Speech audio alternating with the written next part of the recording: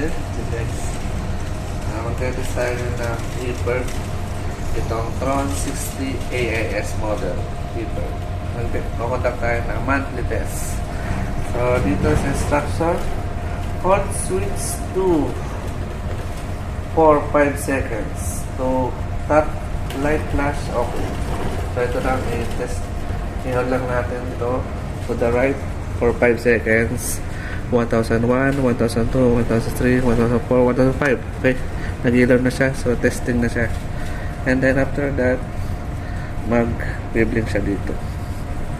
Ayan, wala na yung test na yun. Ayan, nag-blink na. So, okay na. Good na siya. Working good.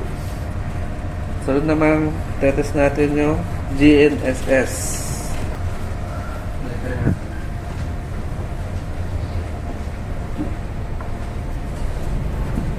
Move twice to T position twice within 3 seconds. 1, 2. Yan, test na ulit. Test. Yan. Yan, nakukuha na siya ng position green. Kasi dapat magpa-flash tong nasa taas. Sabihin, affirmative yung test natin. Antayin lang natin. Focus siya ng GPS position.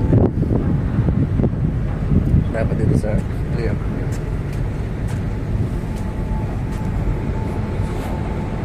Medyo matagal lang siya.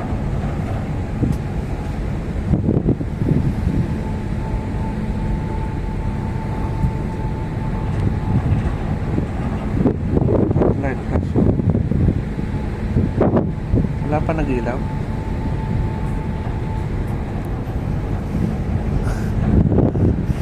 Hindi tayo. Ayan, nag-test ulit to. Yun, okay na. Good. Thank you very much. So, yun lang pag-test. Dalawang procedure.